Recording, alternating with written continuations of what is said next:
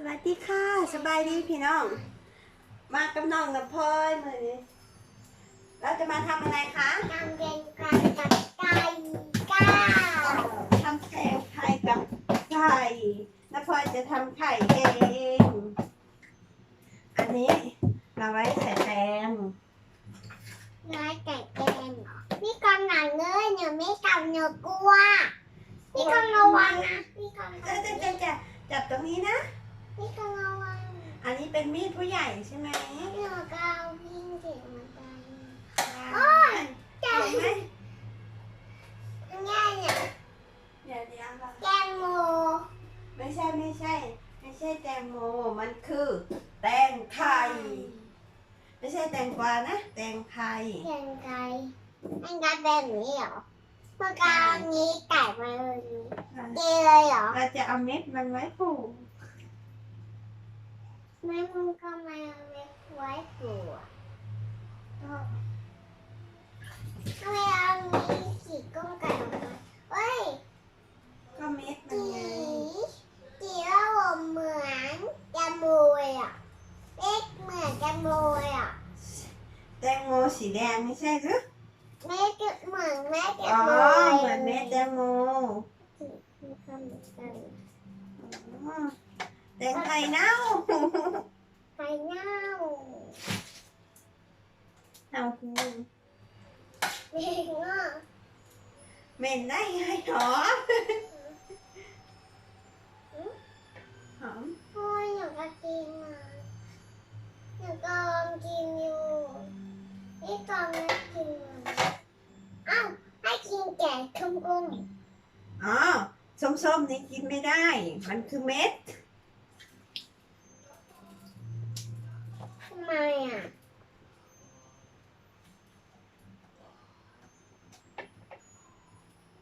ทำไม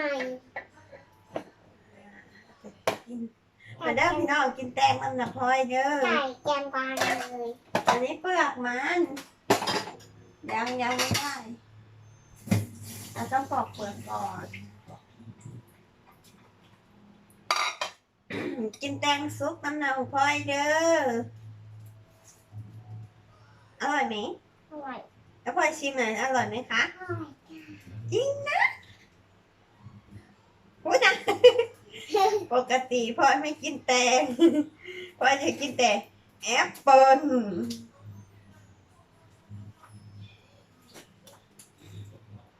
อร่อย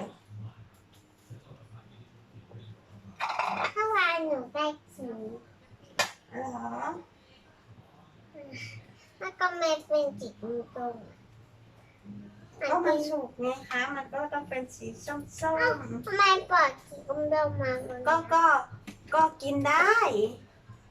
เนื้อมันสีส้มๆนะส่วนนี้สีส้มๆนี้เม็ดมันอ้าว นี่ของหนูเหรอ ใช่กิน อ้าวของพี่กองอ่ะ ของพี่ตองก็อยู่ด้วยกันกินด้วยกัน อ๋อมีใหญ่เยอะเหรอโอ้เยอะเลย เยอะมาก หอมไหมหรือเหม็น อ๋อ หอม หอมมากไหมทำอะไร ยังดีกว่าเองกูงับกูกว่าเอง ฝนตกแล้วหนุน ก็ ปล่อยน้ำออกเป็นน้ ก็ไม่ออกไปเลย ำเดี๋ยวเป็นหวัดอีกเนาะ ก็ หนาวเพิ่งหนึ่งพี่น้องเอ้ยเสียดาย โอ้ยเยอะเลยไม่เยอะโอ้ my god โอ้ my god อันนี้อยากกินคือ เอาเก็บเม็ดเก็บไม้มันไว้ไปเอาปลูกอยู่บ้านน้ำมงพี่น้อง ไว้เมื่อปลูกอยู่บ้าน อ้าวอันนี้มาอู้อันนี้พี่กำมาอู้กับไก่อ่ะมีป้อนไก่อันนี้พวกอีก อันนี้พี่ตองซื้อมาจากตลาดจ้า ตลาดที่ไหนพี่กำมาคนเดียวพี่กำไปกับน้าปอง ไปกับน้าปองจ้าเมื่อวานนี้ไง ที่พี่ตองไม่อยู่บ้านพี่ตองไปกับน้าปอง เพื่อ ไปเที่ยวที่นครปฐม พี่กำไก่ย้อนงานโกโก้มา สีแดง ไป ถ่ายหน้าดูกุกจิกเลยน้องปอนหนูว่าจิ๊กน้องปอนหนูว่าจิ๊กจิ๊ก ใช่แล้ว เด็กก้าวก็กระจุกเจ๋งเจ๋งไงนะเจ๋งกระกุ๊บกระกุ๊บอ่ะมันกระกุ๊บจิ๊ก ระวังตกนะตกเก้าอี้นะ นี่กองกาไม่หนอนไม่หนอนนะคือ หอมมากเลยเนาะ หอมอย่างนั้นเลยเหรอโอ้ยอันนี้แจกพี่ตองนี่ใส่แตงนะหวานเนาะ นี่กองเนื้อเหมือนเล็กแกมูนี่เป็นหมู โอ้แล้วว่าปักเป็นงูเลยเหรอไม่ เพราะ ใช่ ว่านัดกับหมู อันนี้มันคือแตงไทย ไม่ แต่ว่า เหมื มะ อน นาวค เล็ก นหนึ่งพี่น้องเอ้ย มันเล็กแกมูเลยมันเล็กแกมูเลย ใช่เหมือนเม็ดแตงโมเลย โอ้ยพี่กองวันนี้นะว้าย ป้าจ๋าชวนน้าปองกินแตงไทยด้วย น้องปลากินแกงไก่ช่วย น้าปองจ๋ากินแตงไทยกับพลอยนะอะไรมันเลยมันปลูกอยู่บ้านพี่น้องน้อยมันแก่อยู่บ้านนี่เอาแก่อยู่ อ๋อแก่แม่มันแก่อะทำไมมันแก่ ก็มันไม่อ่อน เนี่ย ก็มันแก่ไงคะ ทำไมมันแก่ แก่ก้าวกับคู่เหรอ ใช่อุ้ยอันนั้น ว้าว กินได้จ้ะในจานกินได้แต่ในขันโตกกินไม่ได้นะ ข้าวไปจังจัง ยังไม่เสร็จเลยเหรอไหนอ่ะ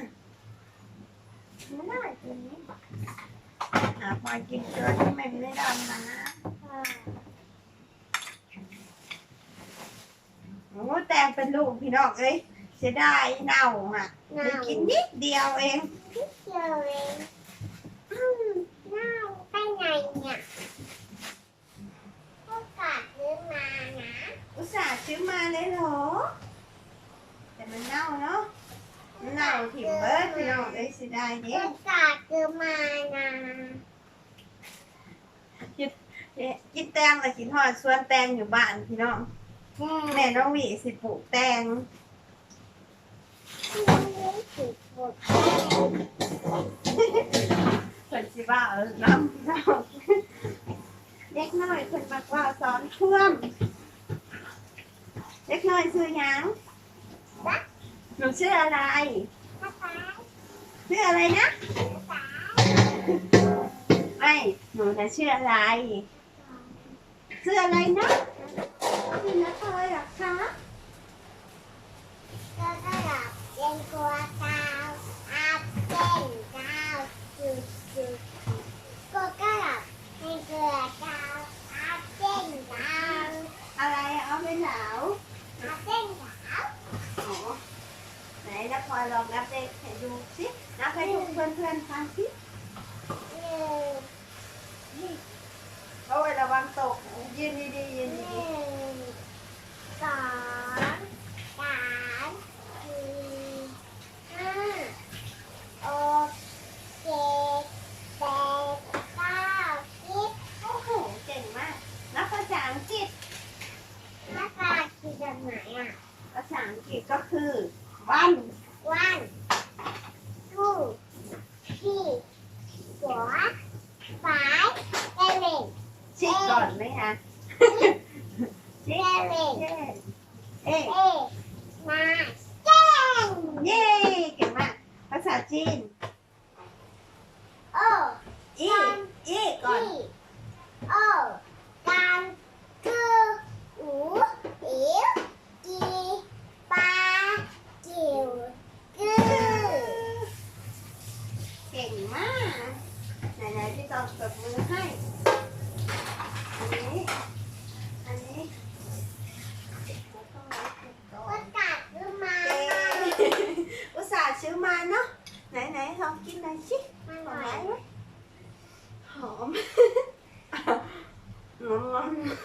พ่อจะกินเหรออ่ะกินโอ้ยโอ้ยโอ้ยโอ้ย กินได้ไหมเนี่ยชิ้นไหนที่จะพอกินโอเค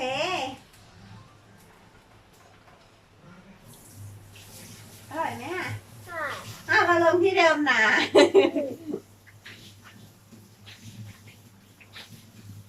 ไหนกินโชว์กินโชว์น้าปองสิ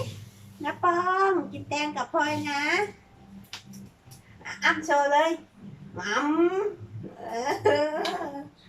อร่อยเลย ปากเกอ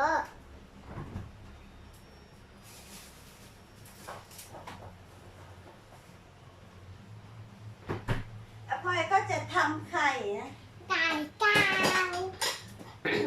พลอยเป็นเศษไข่พี่น้องเป็นไข่คนอ้าวระวังเด้ออ้ำทำตกเด้อเป็นไข่คนพี่น้องเพิ่นสิมาตอกไข่เองคนเองเอาวางไว้ก่อนเหรอโอเคตอกเองคนเองเพิ่นสิเห็ดกินเองเพิ่นก็สิบอกว่าอร่อยอย่างนี้เลยนะตอกได้ไหมเนี่ย1 2 3ตอกได้ไหมคะโอ้ยอ้ำเอาเปลือกลงนะ โอ้ยไอ้กำกันเนี่ย เปลือกมันนะสิเดี๋ยวพี่ตำเอาออกให้เทเลยเอาไข่แดงออกมาด้วย ฮะ โอเคเอาไว้ โอ้ยหนู ยังอีกฟองนึง นี่ก็อยากพูดคุยกั เอา น 2เลย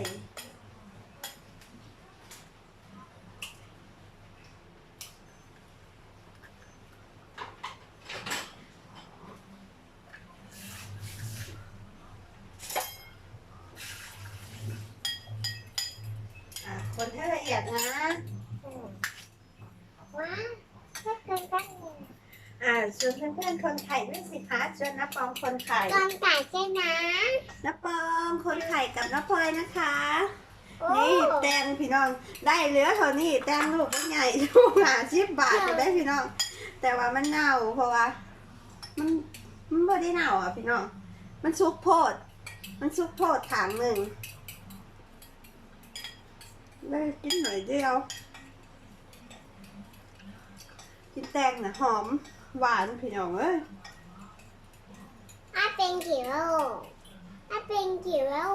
อือ โว้ยเลยระวังไข่หนูตก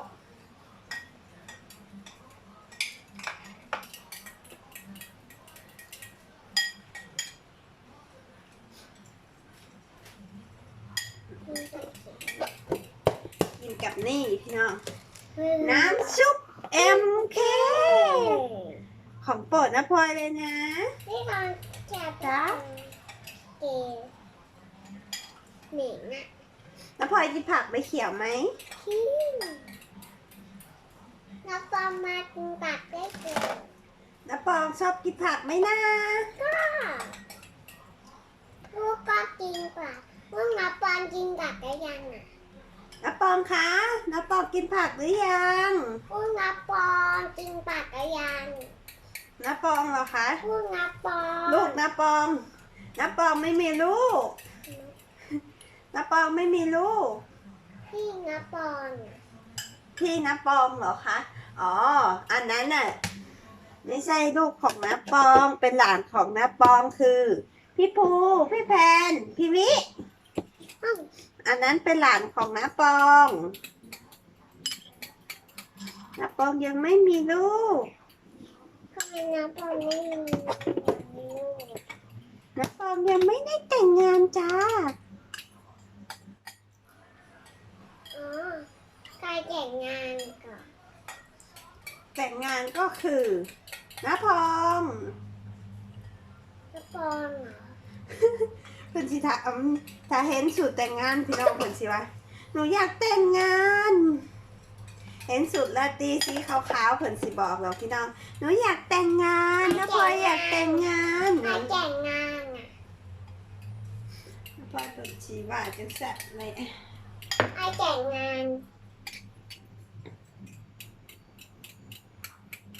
เดี๋ยวนะพ่อยท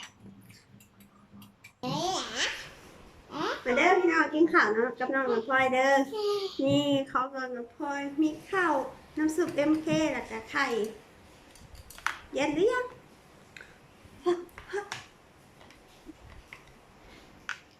ขวดน้ำเป็นเขียวขวดน้ำนะ ขวดน้ำเป็นสีชมพูอ่ะลองร้อนไหม อ้าว ไม่ไม่ร้อน มันไม่ได้ร้อน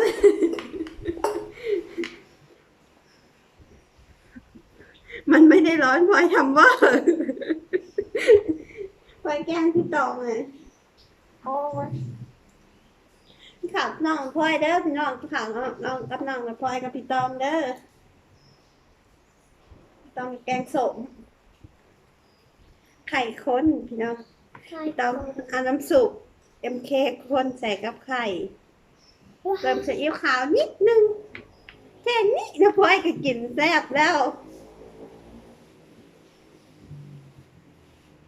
อ่ะนม กินดี ขวดเป็นข้าวเก็บไหม กินข้าวเก่งไหมคะ กินเก่งมากเลยค่ะ ไหนกินผักใบเขียวสิผักใบเขียว เป็นไงบ้าง ผักใบเขียว อร่อยไหม เก่งมากนะพลอยกินผักใบเขียว จะได้อึง่าย อ่า ๆอ๋อ โอ้โหโชว์เลย1 2 3เด้อพี่น้องเด้อกินข้าวกับน้าพลอยเด้อนี่อันนี้ข้าวพี่ตอง กินคนละข้าวเดี๋ยวพี่ตองกินด้วยนะ กินด้วยกันเนาะพลอยกินเองได้ไหมหม่ำเองเนาะไหนป้อนเองสิ อืม ป้อนได้ไหมเนี่ยมาแกงส้มเรียกพี่น้อง เอ๊ะพี่ก้าอันก็จะก็หลาอันก็จะ เป็นกินข้าวโซ่พี่น้อง อ่าอ่า ผักใบเขียวไหน1 2 3พลอยกินผักแล้วนะปองกินผักกับน้าพลอยนะอ๋อกินโซเลยเนาะ ไงก็ไม่กินผัก น้ำชุบ อ่ะ น้ำชุบอ๋อขอโทษค่ะ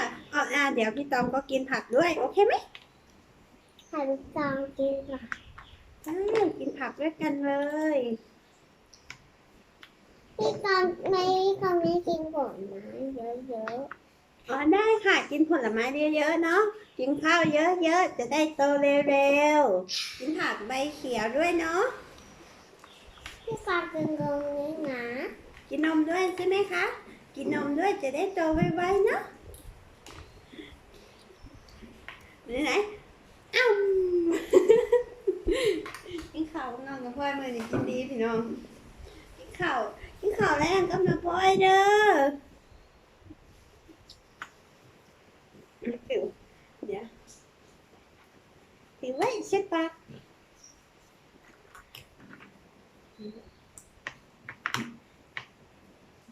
อะไรอ่ะดมมือพี่ตองทำไมดมทำไม ได้กลิ่นแตงเหรอ ใช่ ยังมีกลิ่นแตงในมืออยู่กินดีๆ คนเก่ง เหม็น เหม็นหรือหอมเนี่ย คำใหญ่คำใหญ่ ไม่เป็นไร พอเคี้ยวให้ได้นะหวมหวมน้ำซุปด้วย เก่งมากเข้ากับน้ำพลอยนะ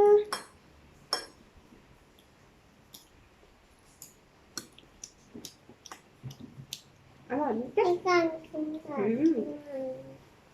ข้าวโพดแม่ไปก่อนนะพี่ตอนไม่กินผักพ่อแม่พี่ตอนก็เก็บไปอ่ะ